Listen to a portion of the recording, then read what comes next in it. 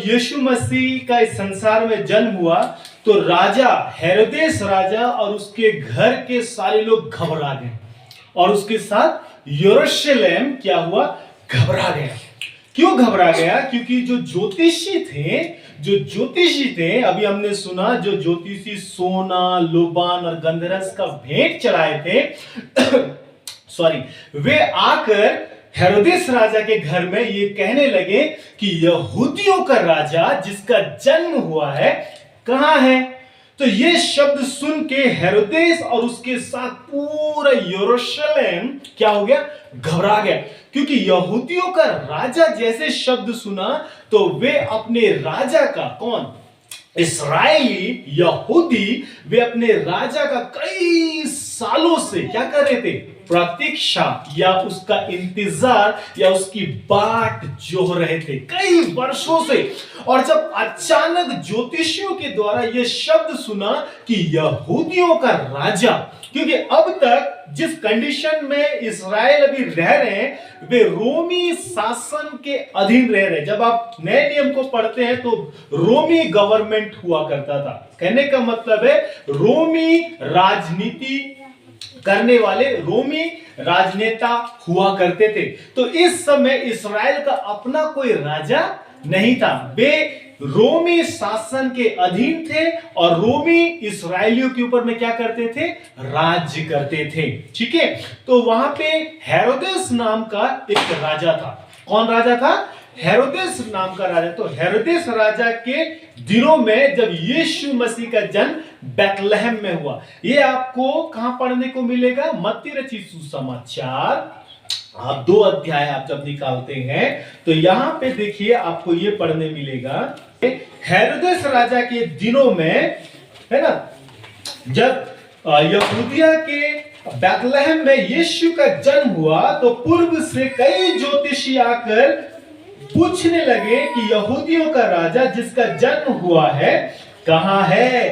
अब देखिए 3 वचन कहता है, यह सुनकर हेरोदेस राजा और उसके साथ सारा यरूशलेम घबरा गया।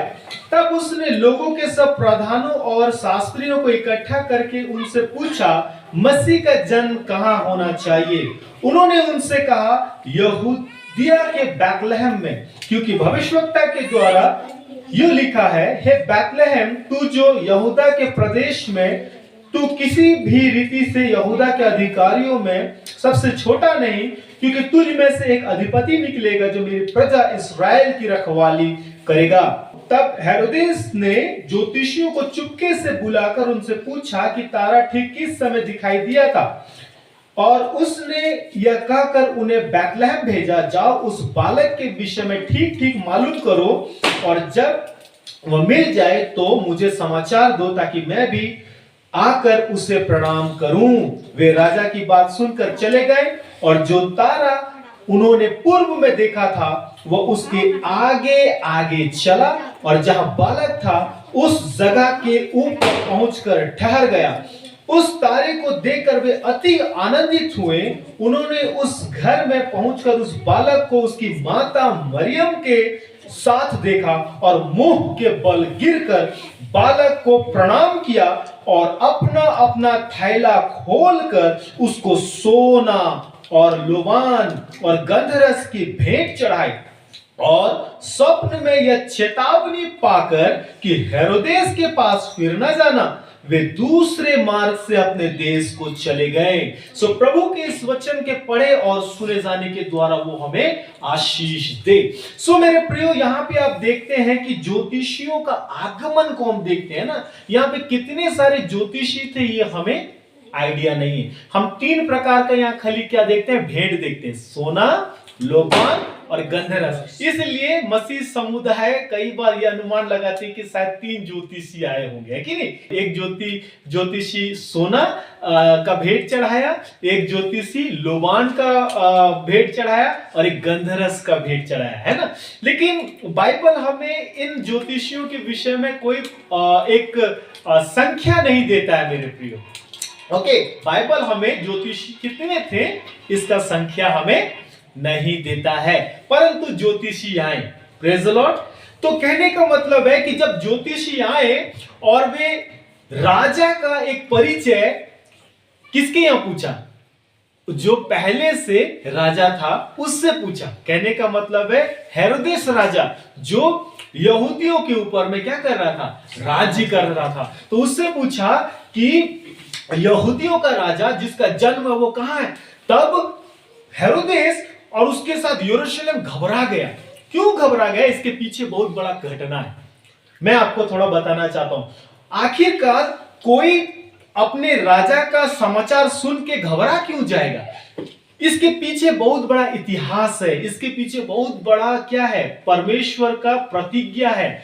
मेरे प्रियो, इस्राएल जो थी, इस्राएली प्रजा जो थी, वो कई वर्षों से एक प्रतिज्ञात मसीह राजा का क्या कर रहे थे, इंतजार कर रहे थे कि प्रतिज्ञात मसीह राजा घोड़े में आएगा, है ना, और हमें रोमी साम्राज्य से क्या करेगा, छुड़ाएगा, और हमारा अपना एक राज्य होगा, हमारा अपना एक राजा होगा, और हमारा अपना एक क्या होगा, राष्ट्र होगा। इस प्रकार का वे इंतजार कर रहे थे। परंतु मेरे प्रियो, वे जो मसीहा है, जो यीशु मसीह, जो प्रतिज्ञात मसीह राजा है, जब वो इस संसार में आया तो उनके सोचने और विचार करने के बिल्कुल विपरीत यीशु मसीह संसार में आया। Praise the Lord. सो यीशु मसीह जब इस संसार में आया तो मेरे प्रियो, हम यहां पे देखते हैं कि यीशु मसीह का जन्म कैसे हुआ। जब माता मरियम और यूसुफ, है ना, जब नाम लिखाई का जब समय आया, तब क्योंकि वो भी बैतलहम का था, यरूशलेम का था, कौन, यूसुफ, तो क्योंकि वो दाऊद का घराना का था, तो इसलिए वो कहां चला गया, बैतलहम चला गया। तो वहीं पर ही माता मरियम का जन्मने का क्या हुआ, दिन आया। आइए आप लूका की पुस्तक निकालिए, 2 अध्याय के 2 पद से आगे मैं पढ़ता हूं, ठीक है। उन दिनों में अगस्तुस कैसर की ओर से आज्ञा निकली कि सारे जगत के लोगों के नाम लिखे जाएं, ठीक है। ये जो नाम लिखा है ना, ये एक जनगणना है ना, ये उन दिनों में अगस्तुस कैसर की ओर से एक आज्ञा निकला कि सारे जगत के लोगों के नाम लिखे जाएं। यह पहली नाम लिखाई उस समय हुई जब क्विरिनियुस सीरिया का हाकिम था। सब लोग नाम लिखवाने के लिए अपने अपने नगर को गए। अतः यूसुफ भी इसलिए कि वो दाऊद के घराने और वंश का था, गलील के नासरत नगर में यहूदिया में दाऊद के नगर बैतलहम को गया कि अपनी मंगेतर मरियम के साथ जो गर्भवती थी नाम लिखवाए। उनके वहां रहते हुए उसके जन्म के दिन पूरे हुए और वो अपना पहलौठा पुत्र जनी और उसे कपड़े में लिपटकर चरनी में रखा, क्योंकि उनके लिए सराय में जगह ना थी। तो हम देखते हैं कि यह नाम लिखाने के लिए कौन गया है, यूसुफ गया है, क्योंकि वो दाऊद के ही वंश का है। और जब वहां पे लोग गए हैं नाम लिखाने के लिए, तभी माता मरियम का जन्मने का क्या हो रहा है, समय आ रहा है। और वहां पर ही उनके पास सराय में जगह नहीं था, तो वो कहां पे, एक चरनी में, है कि नहीं, जहां पे हम मान के चलो गुहार घर बोलते हैं, या फिर एक ऐसा स्थान होगा। तो वहां पे उसने अपने पहलौठे पुत्र को क्या किया, जन्म दिया, और वो कौन था, यीशु मसीह। सो मेरे प्रिय, यीशु मसीह का जो जन्म है वो पवित्र आत्मा के द्वारा आश्चर्य कर्म है। यीशु मसीह का जो जन्म है वो एक आश्चर्य कर्म है मेरे प्रियो, क्योंकि यीशु मसीह का जो जन्म है, हम यही मत्ती की पुस्तक में हम पढ़ते हैं, या मत्ती में भी पढ़ सकते हैं, और आप लूका में भी पढ़ सकते हैं। देखिए, यीशु के जन्म की घोषणा आप लूका 1 अध्याय में पढ़ते हैं। 8वें महीने में परमेश्वर की ओर से जिब्राइल स्वर्गदूत गलील के नासरत में एक कुंवारी के पास भेजा गया, जिसकी मंगनी यूसुफ नामक दाऊद के घराने के एक पुरुष से हुई थी। उस कुंवारी का नाम मरियम था। स्वर्गदूत ने उसके पास भीतर आकर कहा, आनंद और जय तेरी हो, जिस पर ईश्वर का अनुग्रह हुआ है, प्रभु तेरे साथ है। वह उस वचन से बहुत घबरा गई और सोचने लगी कि यह किस प्रकार का अभिवादन है। स्वर्गदूत ने उससे कहा, हे मरियम, भयभीत ना हो, क्योंकि परमेश्वर का अनुग्रह तुझ पर हुआ है। देख, तू गर्भवती होगी और तेरे एक पुत्र उत्पन्न होगा, तू उसका नाम यीशु रखना। वह महान होगा और परम प्रधान का पुत्र कहलाएगा, और प्रभु परमेश्वर उसके पिता दाऊद का सिंहासन उसको देगा, और वह याकूब के घराने पर सदा राज्य करेगा, उसके राज्य का अंत ना होगा। मरियम ने स्वर्गदूत से कहा, यह कैसे होगा? मैं तो पुरुष को जानती ही नहीं। स्वर्गदूत ने उसको उत्तर दिया, पवित्र आत्मा तुझ पर उतरेगा और परम प्रधान की सामर्थ तुझ पर छाया करेगी, इसलिए वह पवित्र जो उत्पन्न होने वाला परमेश्वर का पुत्र कहलाएगा।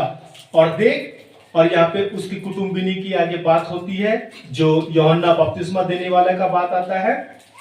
अब हम 37 पढ़ते हैं, क्योंकि जो वचन परमेश्वर की ओर से होता है वह प्रभाव रहित नहीं होता। मरियम ने कहा, देख मैं प्रभु की दासी हूं, मुझे तेरे वचन के अनुसार हो। तब स्वर्गदूत उसके पास से चला गया। Praise the Lord. सो मेरे प्रियो, जब जिब्राइल स्वर्गदूत माता मरियम के पास में आ रहा है, तो माता मरियम इस समय कैसी है? कुंवारी है। और मेरे प्रियो, यीशु मसीह का जो जन्म है वो कुंवारी स्त्री के द्वारा पुराने नियम में क्या किया गया है? भविष्यवाणी किया गया है। आप जब यशाया 7 अध्याय के 14 वचन को पढ़ते हैं और यशाया 9 अध्याय का 6 वचन को पढ़ते हैं, तो यहां पे आपको क्लियर हो जाएगा। जब आप निकाल के रखिए यशाया 7 का 14 वचन को वहां पे देखिए, वहां पे लिखता है कि देखो एक कुंवारी क्या होगी? गर्भवती होगी। एक कुंवारी जिसका अभी विवाह भी नहीं हुआ है ना? तो परमेश्वर ने माता मरियम को क्या किया? चुना कि उसके द्वारा कौन उत्पन्न होगा? उद्धारकर्ता उसके द्वारा जन्म होगा। इसकी भविष्यवाणी परमेश्वर ने कई समय पहले ही कर दिया था। और मेरे प्रियो, पूरा इस्राएल या पूरा यहूदी जितने भी लोग हैं, वे यीशु मसीह के इस संसार में आने का इंतजार कर रहे थे, है ना? यीशु मसीह के संसार में आने का इंतजार वे कर रहे थे, प्रतीक्षा कर रहे थे। और जब मेरे प्रियो ज्योतिषियों के द्वारा ये सुने कि यहूदियों का राजा जिसका जन्म हुआ है वो कहां है, और मेरे प्रियो ये शब्द सुनते ही हेरोदेस और उसके साथ पूरा यरूशलेम क्या हो गया? घबरा गया। और जब घबरा गया तब मेरे प्रियो हम वहां पे देखते हैं, तब हेरोदेस या महायाजकों को और शास्त्रियों को बुलाता है और बोलता है कि मसीह का जन्म कहां होना चाहिए। देख रहे, तो कहने का मतलब ये जो शब्द है वो प्रतीकात्मक मसीह राजा के संदर्भ में, जिसका इंतजार परमेश्वर के लोग कई सालों से, कई वर्षों से वे कर रहे थे।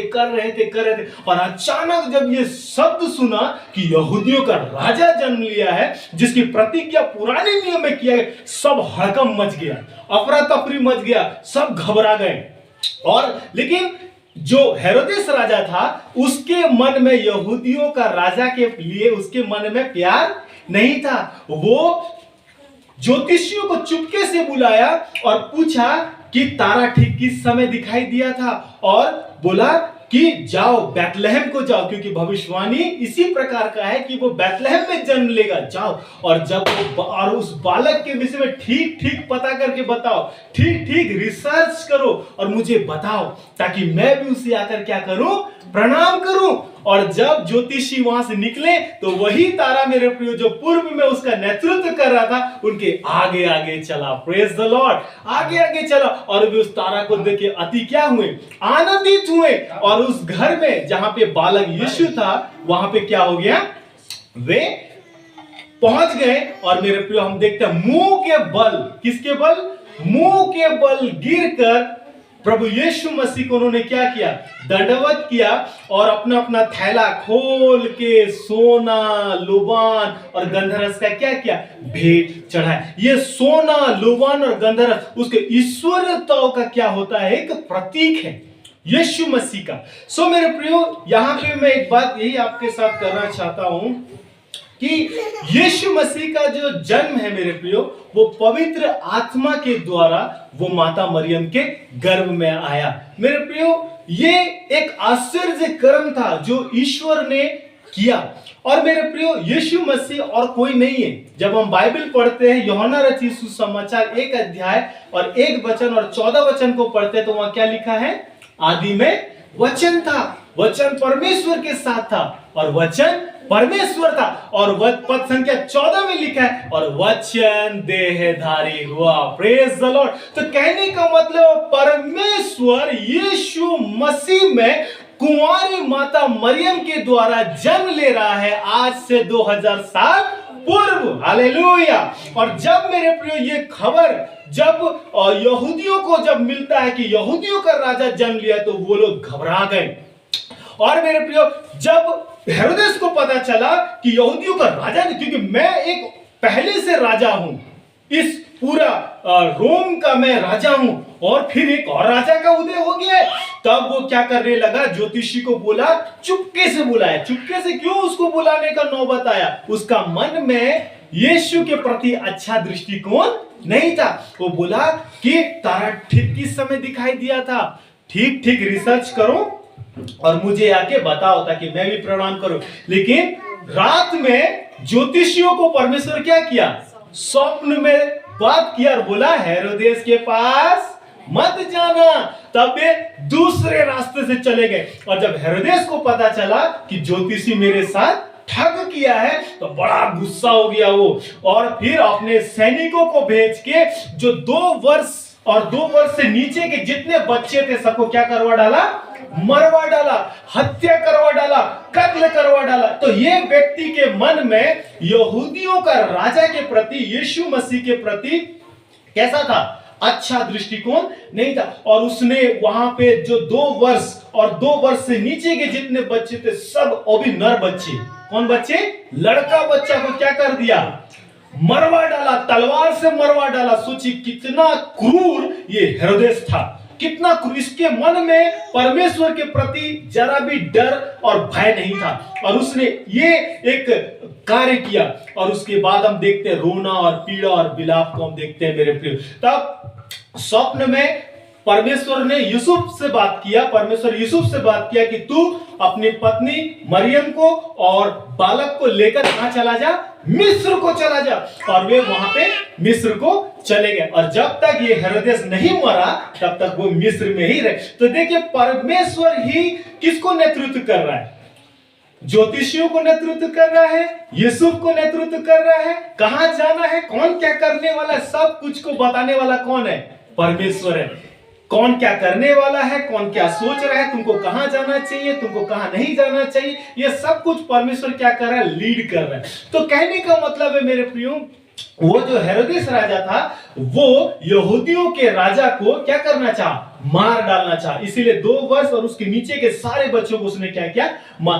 कहने का मतलब है यीशु मसीह जब इस संसार में आया तो शैतान ने पूरा 100%, 100% जोर लगा दिया कि यीशु मसीह को क्या करे, बचपन में ही मार डाले, उसका नामो निशान मिटा दे। लेकिन मेरे प्रियो वो ये इसमें इस कार्य में सफल नहीं हो सका। और मेरे प्रिय हम देखते हैं यीशु मसीह मिस्र चला जाता है और उस रीति से वो बड़ा होता है। फिर जब हेरोदेस मर जाता है तो फिर उसके बाद वे लोग आते हैं और जब देखता है कि उसका बेटा उसके जगह में राज्य कर रहा है तो फिर वो नासरत को चला जाता है, गलील को चला जाता है, क्योंकि वो नासरी कह रहा है। तो ये एक छोटा सा मेरे प्रिय घटना है जो मैं आपके साथ शेयर किया। Praise the Lord. समझ में आ रहा है? आप लोगों को बोर तो नहीं लग रहा ना, है कि कैसा लग रहा है कि आज प्रचार कर रहा है कि हम लोगों को पढ़ा रहा है सो मैं ऐसे ही करता हूं, है ना, मैं ऐसे ही करता हूं, आप में से हर एक को पता होगा। तो मेरे प्रिय कहने का मतलब है कि यीशु मसीह का जब जन्म हुआ तो हेरोदेस राजा के मन में यीशु के प्रति अच्छा दृष्टिकोण नहीं था और वो उसको मार डालना चाहा, लेकिन उस काम में वो सफल नहीं हुआ। मतलब अंधकार का ताकत यीशु मसीह को बचपन में ही क्या कर देना चाह रहा था, उसका अस्तित्व को खत्म कर देना चाह रहा था। लेकिन शैतान हरा हुआ है, वो कैसा है, इस कार्य में सफल नहीं हुआ। तो मेरे प्रिय हम वहां पे इस चीज को देखते हैं। कहने का मतलब मेरे प्रिय देखिए, मैं यहाँ पे और कुछ बात को आपके साथ रखना चाह रहा हूं कि पुराने नियम को जब हम पढ़ते हैं, यहां तक तो समझ में आ गया यीशु मसीह का जन्म कैसे हुआ और फिर हेरोदेस राजा के दिनों में हुआ, ज्योतिषी लोग आए, उसको सोना लोबान गंधरस का भेंट चढ़ाए, हेरोदेस राजा यीशु मसीह को मारना चाहा, लेकिन परमेश्वर ने यीशु मसीह को बचाया, है ना। और फिर हम यहां तक तो हम देख लिए। अब मैं थोड़ा सा यहां पर ही थोड़ा सा भेद की बातें आपके साथ करना चाहता हूं, ठीक है? कुछ समय आपके साथ भेद की बात, जब आप इस बाइबल को बड़ा ध्यान से पढ़ते हैं, ठीक है, इस बाइबल को जब आप बड़ा ध्यान से पढ़ते हैं तो पुराने नियम में हमको दो भविष्यवाणी पढ़ने मिलता है। पुराने नियम में दो भविष्यवाणी पढ़ने को मिलता है, एक उद्धारकर्ता का और एक राजा का। ये दो भविष्यवाणी हमको पढ़ने मिलता है। उद्धारकर्ता का, जब आप उत्पत्ति 3 अध्याय का 15 वचन को पढ़ते हैं तो प्रभु ने क्या कहा? इस स्त्री का वंश तेरे सिर को कुचलेगा और तू उसकी एड़ी को डसेगा। तो वो जो भविष्यवाणी है, वो जो सुसमाचार है, वो यीशु मसीह के संदर्भ में लिखा गया, कहा गया, घोषणा किया गया और एक भविष्यवाणी वहां पे किया गया। इस स्त्री का वंश, वो स्त्री का वंश कौन है? वो स्त्री से जन्मेगा, अर्थात कुंवारी स्त्री से, जिसका भी विवाह नहीं हुआ है, अभी कुंवारी है, किसी पुरुष का वो चेहरा नहीं देखा, पवित्र आत्मा के द्वारा वो क्या हुआ? गर्भ में आया और वो अपने पहलौठे पुत्र को जन्म दे। तो वो स्त्री का वंश, जब आप फिर इसको मिलाते गलाती 4 अध्याय के 4 वचन में जब आप आ जाते हैं तो गलाती 4 का 4 में क्या लिखा है? जब समय पूरा हुआ, प्रेज द लॉर्ड। गलाती 4:4 में लिखा है, जब समय पूरा हुआ तो परमेश्वर का पुत्र किससे जन्मा? स्त्री से जन्मा।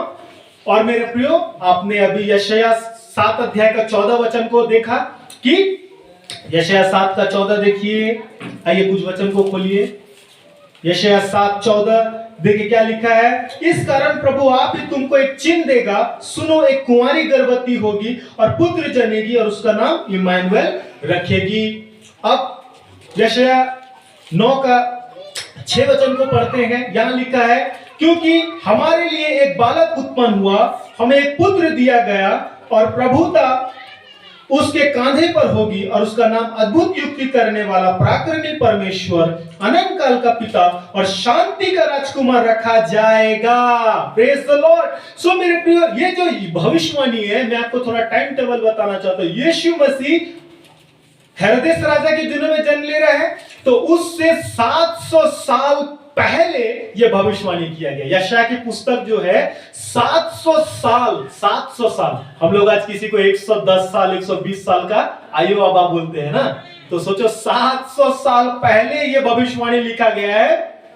और फिर यह भविष्यवाणी यीशु मसीह के जीवन में, माता मरियम के जीवन में, वो स्त्री और कोई नहीं, माता मरियम था जिसके जीवन में ये वचन पूरा हुआ। आइए यहाँ पे क्या लिखा, आइए आप मती, आइए मेरे साथ मती की पुस्तक निकालिए, मती जल्दी जल्दी निकालिए मेरे प्रियो, मैं आपके साथ परमेश्वर के वचन को शेयर करना चाहता हूं।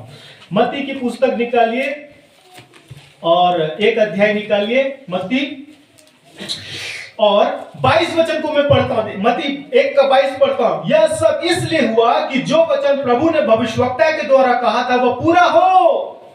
यीशु मसीह का जन्म मेरे प्रियो कोई काल्पनिक या फिर अचानक घटित कोई घटना नहीं है, परंतु यीशु मसीह का जन्म कई साल पहले, जब आदम और हवा पाप में गिर गए, उसी दिन परमेश्वर ने एक प्रतिज्ञा, भविष्यवाणी, एक घोषणा, एक सुसमाचार उसी दिन सुना दिया कि इस स्त्री का वंश तेरे सिर को कुचलेगा, मतलब पाप के सिर को कुचलेगा, मृत्यु के सिर को कुचलेगा और तेरे ऊपर में जय होगा, तू उसकी एड़ी को डसेगा, जो यीशु मसीह क्रूस पे पूरा किया। सो मेरे प्रियो, 22 वचन कहता है, यह सब इसलिए हुआ कि जो वचन प्रभु ने भविष्यवक्ता के द्वारा कहा था वह पूरा हो। Praise the Lord. सो मेरे प्रिय, यीशु मसीह का साथ जो भी घटना घटित हो रहा है, यह सब इसलिए हुआ कि जो वचन भविष्यवक्ता के द्वारा 700 साल पहले यशायाह ने कहा था, देखो एक स्त्री, कुंवारी स्त्री जन्म लेगी। अरे भाई, शादीशुदा स्त्री गर्भवती होती है तो हमको समझ में आता है, लेकिन एक कुंवारी जिसका शादी नहीं हुआ, विवाह नहीं हुआ, अभी कुंवारी है, उसका गर्भवती होना तो ईश्वर का ही सामर्थ्य और आश्चर्य कर्म है। हालेलुया। तो यीशु ने पवित्र आत्मा के द्वारा मेरे प्रियो वो गर्भ में आया। और आप देखिए 23 वचन देखो एक कुंवारी गर्भवती होगी और पुत्र जनेगी, उसका नाम इम्मानुएल रखा जाएगा, जिसका अर्थ है परमेश्वर हमारे साथ। हालेलुया। सो मेरे प्रियो, इसका अर्थ ये है, यीशु मसीह जब इस संसार में आ रहा है तो मेरे प्रिय इसका मतलब है कि परमेश्वर हमारे साथ है, परमेश्वर हमारे बीच में डेरा करने के लिए आ रहा है। Praise the Lord. सो मैं क्या बात बताया आपको, 2 बातें बताई। जब आप पुराने नियम का ध्यान से अध्ययन करते हैं, पुराने नियम को बड़ा ध्यान से जब आप बाइबल को पढ़ते हैं, तो यीशु यीशु मसीह के संदर्भ में दो भविष्यवाणी को आप देखते हैं। पहला उद्धारकर्ता का और दूसरा राजा का। उद्धारकर्ता का मतलब होता है हमारे पापों से हमको छुड़ाने वाला, हमारे पापों से निकालने वाला, हमारे पापों से बचाने वाला, हमारे पापों के लिए बलिदान होने वाला, हमारे पापों को अपने देह पर ले लेने वाला। ये हम उद्धारकर्ता की बातें देखते हैं, ठीक है। और राजा का हम देखते हैं मेरे प्रियो, जब आप उत्पत्ति की पुस्तक पढ़ते हैं, हाँ, उत्पत्ति की पुस्तक में हम ये देखते हैं अब्राहम को परमेश्वर कहता है कि उसके वंश में राजा उत्पन्न होंगे। और हम देखते हैं कि राजा का प्रतिज्ञा पूरे पुराने नियम में देखते हैं। और इसीलिए जब ज्योतिषी लोग आए और वे कहे कि यहूदियों का राजा जिसका जन्म हुआ है वो कहां है, तो आप देखते हैं पुराने नियम में यीशु मसीह के संदर्भ में दो बड़ी प्रतिज्ञा को हम पढ़ते हैं, एक उद्धारकर्ता और एक राजा। तो आप देखते हैं कि यरूशलेम में जब प्रभु यीशु मसीह गधे पे सवार होकर जाता है तो क्या कहता है, ये जकरिया 9 अध्याय के 9 वचन में, हे सिय्योन बहुत ही मगन हो, हे यरूशलेम बहुत ही जय जयकार कर, क्योंकि तेरा राजा तेरे पास आता है, वो नम्र है, दीन है, धर्मी है, पर गधे के बच्चे पर सवार होकर आता है। Praise the Lord. तो देखो यीशु मसीह उद्धारकर्ता होकर आने वाला था और दूसरा राजा होकर आने वाला था, ताकि वो अपने लोगों के जीवन में राज्य करे, ताकि वो अब परमेश्वर ही अपने लोगों का राजा है। मेरे प्रिय, इस बात को याद रखना, इस संसार में मेरे प्रिय जो भी है वो द्वितीय तृतीय स्थान पे, तीसरे स्थान में, दूसरे स्थान में, लेकिन परमेश्वर के लोगों का राजा तो एक ही है, और वो कौन है, परमेश्वर ही है। परमेश्वर के लोगों का जो राजा है वो परमेश्वर ही है, कोई मनुष्य नहीं है। उनके जीवन में राज्य करने वाला, उनके जीवन को चलाने वाला, उनके जीवन को ऑर्डर देने वाला कौन है, परमेश्वर है। Praise the Lord. सो मेरे प्रिय, हम यीशु मसीह को देखते हैं कि वो राजाओं का राजा है, वो प्रभुओं का प्रभु है, और वो ही अपने लोगों का राजा है जो उनके जीवन में राज्य करता है, ठीक है। तो यहाँ पे तो पुराने नियम में हम यीशु मसीह के विषय में दो बातें देखते हैं, एक उद्धारकर्ता और एक राजा। तो मेरे प्रिय, मैं एक और बात को यहाँ पे आपको बताना चाहता हूं कि यीशु मसीह इस संसार में हमें उदाहरण देने के लिए, हमें एक नमूना देने के लिए, हमें आदर्श जीवन जीने का एक उदाहरण देने के लिए, हमें चंगा करने के लिए इस संसार में आया। परंतु इससे भी बढ़कर वो हमारे और आपके पापों के लिए मरने के लिए आए। यीशु मसीह के संसार में आने का उद्देश्य एक ही है मेरे प्रियो। जब यीशु मसीह संसार में आया तो मेरे प्रियो, स्वर्गदूत ने क्या कहा माता मरियम से, तू उसका नाम क्या रखना, यीशु रखना। क्यों? क्योंकि वह अपने लोगों का उनके पापों से क्या करेगा, उद्धार करेगा। तो यीशु नाम का अर्थ ये है कि परमेश्वर हमारे साथ और वो हमारे पापों का उद्धार करता है। Praise the Lord. और मेरे प्रियो, हम यीशु मसीह के जीवन में एक ही चीज को देखते हैं कि वो हमारे पापों से हमको छुड़ाने के लिए, पापों से बचाने के लिए, शैतान से बचाने के लिए, नरक से बचाने के लिए ही वो इस संसार में आया था। और मेरे प्रियो, वो अपने उस बड़े कार्य को, बड़े योजना को, परमेश्वर की इच्छा को उसने पूरा किया। Praise the Lord. और उसके साथ ही साथ यीशु मसीह जब तक इस संसार में रहा, वो जो भी विश्वास के साथ उसके पास आया वो खाली हाथ नहीं गया। Hallelujah, praise the Lord. मेरे प्रियो, कई सारे बीमार, कई सारे रोगी, कई सारे दिन दुखी लोग विश्वास के साथ यीशु के पास आते थे और चंगे हो जाते थे। अरे वो तो परमेश्वर है। कई सारे लोग यीशु के पास आए लेकिन चंगे नहीं हुए। क्यों? मुझे नहीं पता। आपको याद है 12 वर्ष से बहने वाले एक लहू के बारे में, 12 वर्ष से लहू बहाने वाले एक स्त्री के बारे में? वो पीछे से आई, यीशु मसीह जब जा रहा था तो वो पीछे से आई, उसके वस्त्र के आंचल के छोर को छू ली, और जो मन में बोलती थी, यदि मैं उसके वस्त्र के आंचल को छू लूंगी तो मैं क्या हो जाऊंगी, चंगी हो जाऊंगी। तब यीशु मसीह रुक गया और चेलों को बोला, किसने मुझको छुआ? तो पतरस और बाकी चेले बोलते, हे प्रभु, तेरे ऊपर तो पूरा भीड़ गिर रहा है और तुम बोलते किसने मुझको छुआ? प्रभु बोला, नहीं, किसी ने छुआ है, क्योंकि मेरे अंदर से क्या निकला है, सामर्थ्य निकला है। तब वो स्त्री बोला, अब मैं बच नहीं सकती, चुपचाप से आती है और प्रभु बोलते, प्रभु मैं हूं। प्रभु बोलता है, बेटी, तेरे विश्वास ने तुझे चंगा किया है, कुशल से चला जा। मेरे प्रिय, बहुत सारे लोगों ने यीशु को छुआ, यीशु को टच किया, लेकिन उनके जीवन में कुछ काम नहीं हुआ। मेरे प्रियो, उन्हीं के जीवन में परमेश्वर का अद्भुत काम देखने को मिलता है, जिसके मन में परमेश्वर के प्रति मेरे प्रियो ये निष्ठा और विश्वास होता है। Praise the Lord. क्योंकि परमेश्वर हमारे मन को जानता है। तो मैं ये बोल रहा था मेरे प्रियो, यीशु मसीह जब इस संसार में था तो आश्चर्य कर्म किया, मुर्दों को जिलाया, अंधों को आंखें दिया, लंगड़ों को आंखें दिया, बड़े बड़े सामर्थ के काम किया, ये सब कुछ किया। परंतु मरकुस रचित सुसमाचार 10 अध्याय का 45 वचन में क्या लिखा है? क्या लिखा है? मनुष्य का पुत्र इसलिए नहीं आया कि उसकी सेवा टहल की जाए, परंतु इसलिए आया कि आप सेवा टहल कर बहुतों की छुड़ौती के लिए अपना प्राण दे।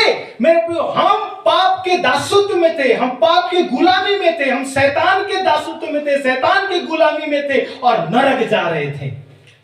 वहां से हमको छुड़ाने के लिए, पाप से छुड़ाने के लिए मेरे प्रियो यीशु मसीह संसार में आया।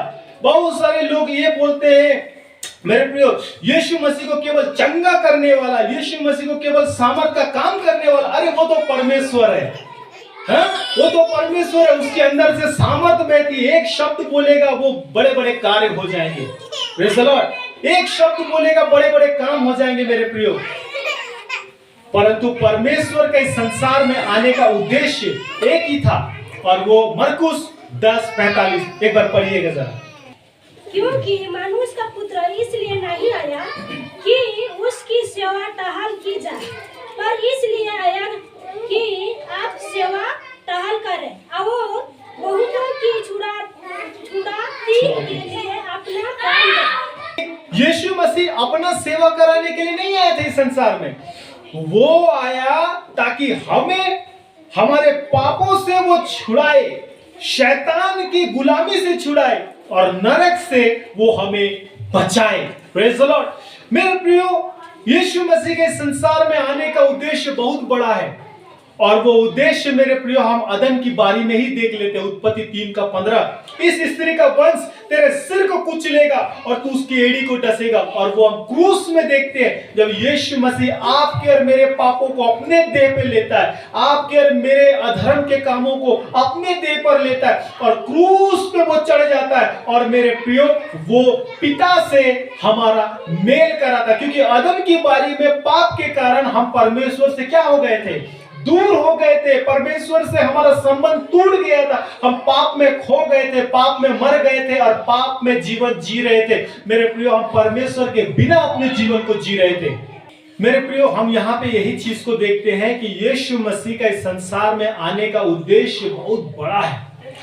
वो एक बहुत बड़े एक कार्य को पूरा करने के लिए आया। मेरे प्रियो, हम यीशु मसीह के संसार में आने का उद्देश्य को देखते हैं कि वो आपके और मेरे पापों का बोझ उठाने के लिए आया, आपके और मेरे पापों के अधर्म के कामों का बोझ अपने ऊपर उठाने के लिए आया, आपके और मेरे लिए वो मरने के लिए, हमें छुड़ाने के लिए आया, और अपना मेरे प्रियो वो प्राण को दे के हमें पाप से, शैतान से और नरक से उसने छुड़ाया है और अपने प्रिय पुत्र के राज्य में हमको लेकर आया है। Praise the Lord. मेरे प्रियो, मसीह जीवन परमेश्वर के साथ एक घनिष्ठ सहभागिता में रहने का जीवन है। Praise the Lord.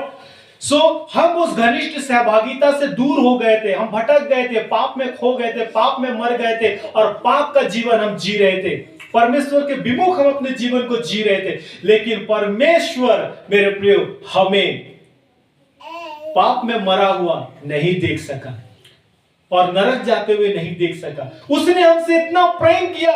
रोमी 5:8 में लिखा है मेरे प्रियो, परमेश्वर के प्रेम की भलाई मेरे प्रियो, हमको पाप में मरते हुए परमेश्वर नहीं देख सका, हमको नरक जाते हुए परमेश्वर नहीं देख सका, हमारे जीवन की दुर्दशा को परमेश्वर नहीं देख सका।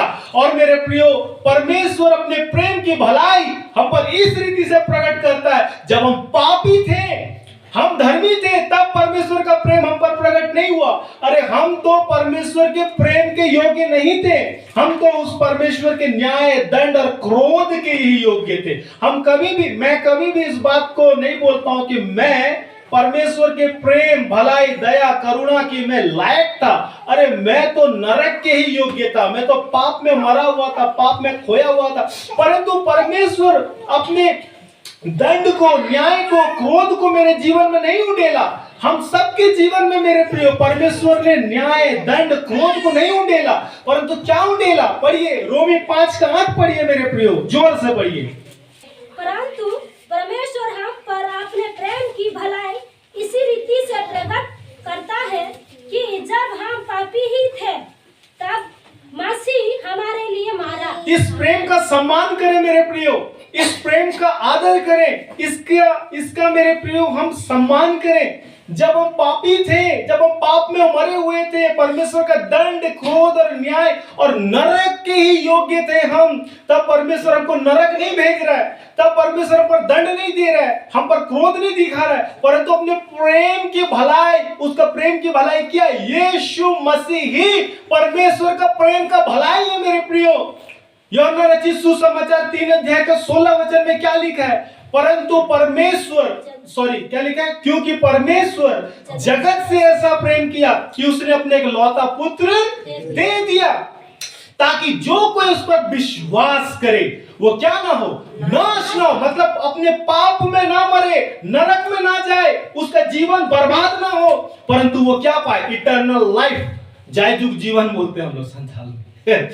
मतलब हमेशा का जीवन, अनंत जीवन मिले, कभी ना खत्म होने वाला जीवन मिले। परमेश्वर आपसे इतना प्रेम करता है मेरे प्रियो, और नहीं चाहता कि आपका जीवन पाप में बर्बाद हो जाए, नहीं चाहता परमेश्वर आपका जीवन खत्म हो जाए, नहीं चाहता कि आप नरक चले जाएं मेरे प्रियो। बहुत सारे लोग बोलते हैं स्वर्ग और नरक इसी पृथ्वी पर है।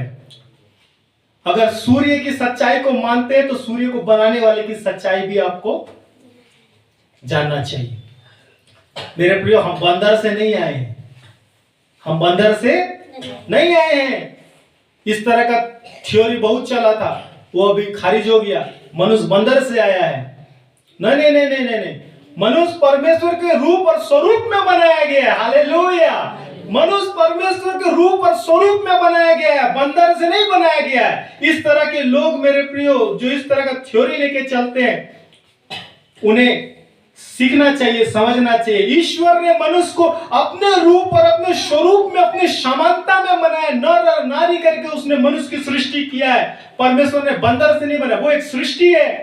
बंदर, भेड़, बकरी, गाय, हाथी, घोड़ा परमेश्वर की सृष्टि है, लेकिन सबसे श्रेष्ठ मनवा है। हालेलुया। सबसे श्रेष्ठ मनवा है, आप है मेरे प्रियो, सबसे श्रेष्ठ आप है। हम एक सादरी गीत गाते हैं ना, है? हाँ, दुनिया का शुरू से प्रभु हमके बना लाए, जीव जंतु सब कुछ से हम इनके बेस बना ले। हालेलुया।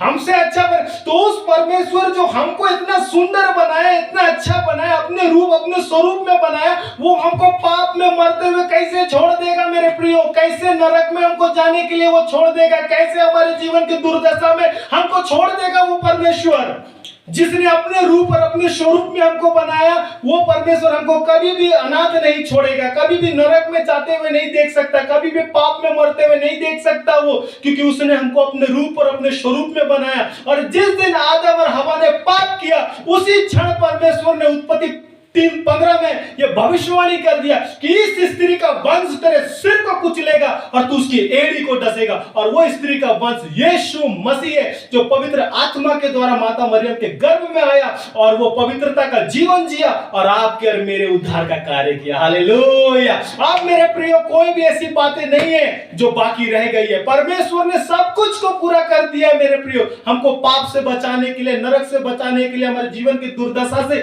बचाने के लिए परमेश्वर ने सब कुछ पूरा कर दिया।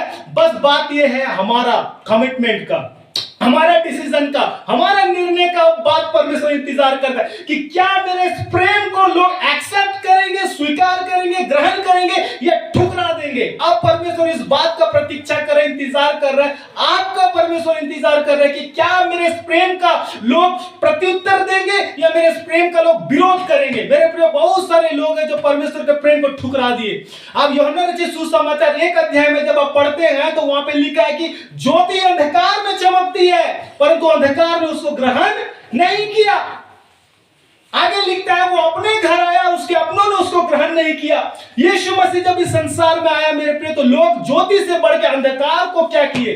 प्रिय जाना, अंधकार को पसंद किया, अंधकार को एक्सेप्ट किया, अंधकार में अपना जीवन को व्यतीत किया। बोलने का मतलब, अंधकार का मतलब पाप होता है, अंधकार का मतलब पाप होता है, अंधकार का मतलब पाप होता है। लोगों ने ज्योति से बढ़ के, ज्योति का मतलब परमेश्वर ज्योति है, वो अगमय ज्योति में रहने वाला परमेश्वर है। जब वो परमेश्वर मनुष्य बनकर इस संसार में, यूहन्ना रचित सुसमाचार 1 अध्याय में आपको पढ़ने मिलेगा जब वो परमेश्वर मनुष्य बनकर इस संसार में आया मेरे प्रियो, तो लोगों ने उस परमेश्वर को इनकार किया, नहीं हमें परमेश्वर नहीं चाहिए, हमको पाप में जीवन जीना है, हमको अपने जीवन का दुर्दशा ही पसंद है, हमको नरक ही पसंद है। लोगों ने ज्योति से बढ़ के अंधकार को प्रिय जाना। और दुख की बात है कि वो अपने घर आया, लेकिन उसके अपनों ने उसको ग्रहण नहीं किया। परंतु आगे लिखता है, जितनों ने उसको ग्रहण किया उसने उनको परमेश्वर का संतान होने का अधिकार दिया। प्रेज द लॉर्ड मेरे प्रिय, आज हम सब परमेश्वर के संतान हैं। Hallelujah, praise the Lord. So मेरे प्रिय, जितनों ने उसको ग्रहण किया, परमेश्वर के प्रेम के भलाई को जितने लोगों ने एक्सेप्ट किया, जितने लोगों ने स्वीकार किया, जितने लोगों ने ग्रहण किया अपने जीवन में, परमेश्वर ने उनको अपना बेटा और बेटी होने का अधिकार दिया। पुनः उनको अपने उस संबंध में, मधुरता में, अपनी सहभागिता में लेके आए और अपने घर में मेरे प्रियो एक सोना की तरह हमको सजा के रखेगा। हालेलुया।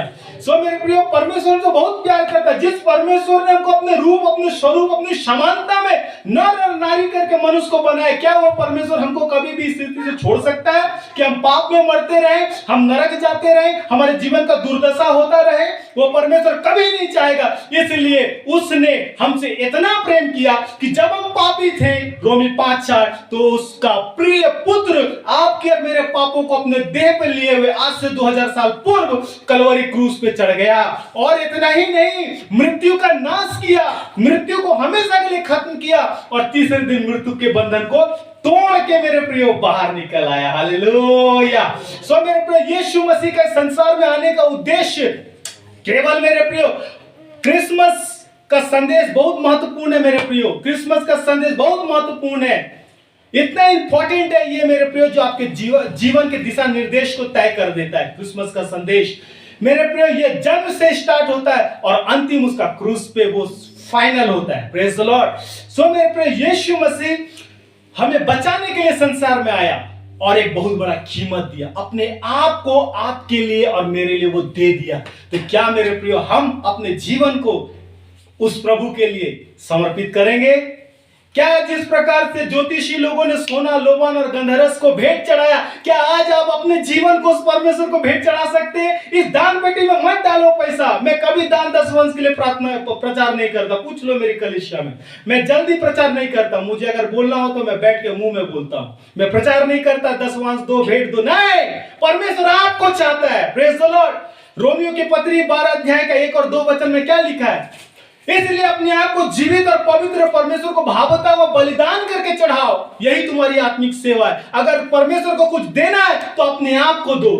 अरे सब कुछ तो उसका है, ये संसार, जगत, अरे तुम भी अपने नहीं हो, उसने तुमको बनाया है। तुम उस परमेश्वर को क्या दोगे? अपने जीवन को दो, अपने इस जीवन को दो मेरे प्रियो। अगर जीवन दे दिया तो सब कुछ परमेश्वर का। Praise the Lord. अगर जीवन नहीं दिया तो आपका कुछ भी परमेश्वर का नहीं है। फर्स्ट अपने लाइफ को उस परमेश्वर के चरणों में समर्पित कर दो, जबकि उसने तुमसे इतना प्रेम किया। Praise the Lord. उसने हमको नहीं छोड़ा और अपने प्रिय पुत्र को आपके और मेरे लिए दे दिया आज से 2000 साल पूर्व। तो मेरे प्रिय, आज जब हम उसका संदेश को सुन रहे हैं, तो क्या हम भी अपने जीवन को उस परमेश्वर के लिए भेंट के रूप में हम चढ़ाएंगे? क्या आप तैयार है मेरे प्रियो उस परमेश्वर को एक बहुत सुंदर गिफ्ट देने के लिए? मेरे प्रियो, मैं नहीं बोल रहा कि सबसे मस्त वाला आज आप भेंट दो, मैं ये नहीं बोल रहा। सबसे बढ़िया वाला पॉकेट से आपका पैसा निकलना चाहिए, मैं ये नहीं बोल रहा। सबसे बढ़िया वाला, कड़कड़ वाला निकलना चाहिए, मैं ये नहीं बोल रहा। मैं ये बोल रहा हूं कि आपका जीवन निकलना चाहिए उस परमेश्वर के लिए। हालेलुया। जब जीवन निकल गया तो सब निकल गया, अगर जीवन नहीं निकला तो कुछ नहीं निकला। मेरा ये थॉट है, मेरा ये विचार है, मेरा ये अपना दृष्टिकोण है। सो मेरे प्रिय, फर्स्ट थिंग लाइफ, आपका जीवन ही बड़ा इंपॉर्टेंट है परमेश्वर की, और वो आपके जीवन को चाहता है। जिस तरह से उसने अपने प्रिय पुत्र को आपके लिए दे दिया, उसी तरह आप भी अपने जीवन को उसके लिए दे दो। Praise the Lord. सो आज बड़ा जन्म पर्व का संदेश को यहीं पे विराम देंगे। प्रभु आप सबको आशीष दे, बड़ा ध्यान से सुनने के लिए और मुझे मदद करने के लिए। प्रभु आप सबको आशीष दे। सो आइए इस घड़ी हमें गीत गाएंगे, अपने स्थानों पे खड़े होंगे और उसके बाद हम आगे के कार्यक्रम की ओर जाएंगे। दुनिया कर शुरू से प्रभु हमके बनाला, चले जगन सब कुछ के यीशु बदन में सजाना। अरे बार दुनिया कर सुरूर से प्रभु हमके बनाना। चढ़ाएंगे कन सब कुछ से यीशु बदन में सजाना।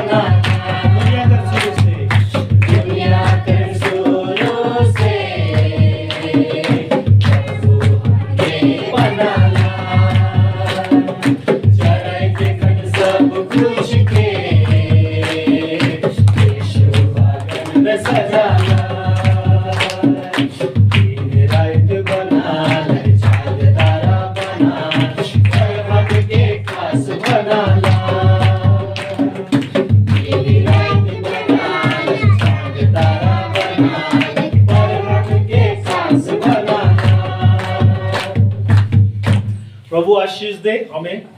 आइए इस समय हम प्रार्थना करेंगे। अनुरोध करते हैं हमारे सेक्रेटरी भाई अमित से कि वे हमारे मध्य आए और इस समय हम सब के लिए प्रभु के वचन के लिए इस घड़ी प्रार्थना में अगुवाई करें।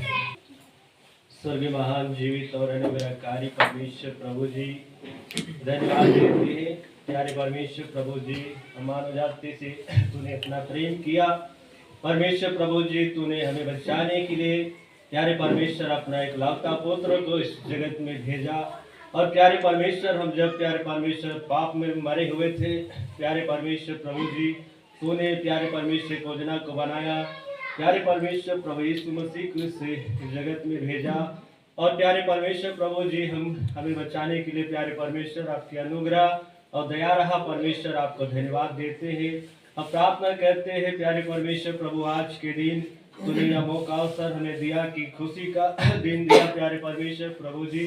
हम धन्यवाद देते हैं तेरे वचन को जो हम सुनते हैं प्यारे परमेश्वर, तेरे वचन को हम सुने प्यारे परमेश्वर प्रभु जी। तो होने दे प्यारे परमेश्वर प्रभु जी अपने आप को प्यारे परमेश्वर आपको देने पाए।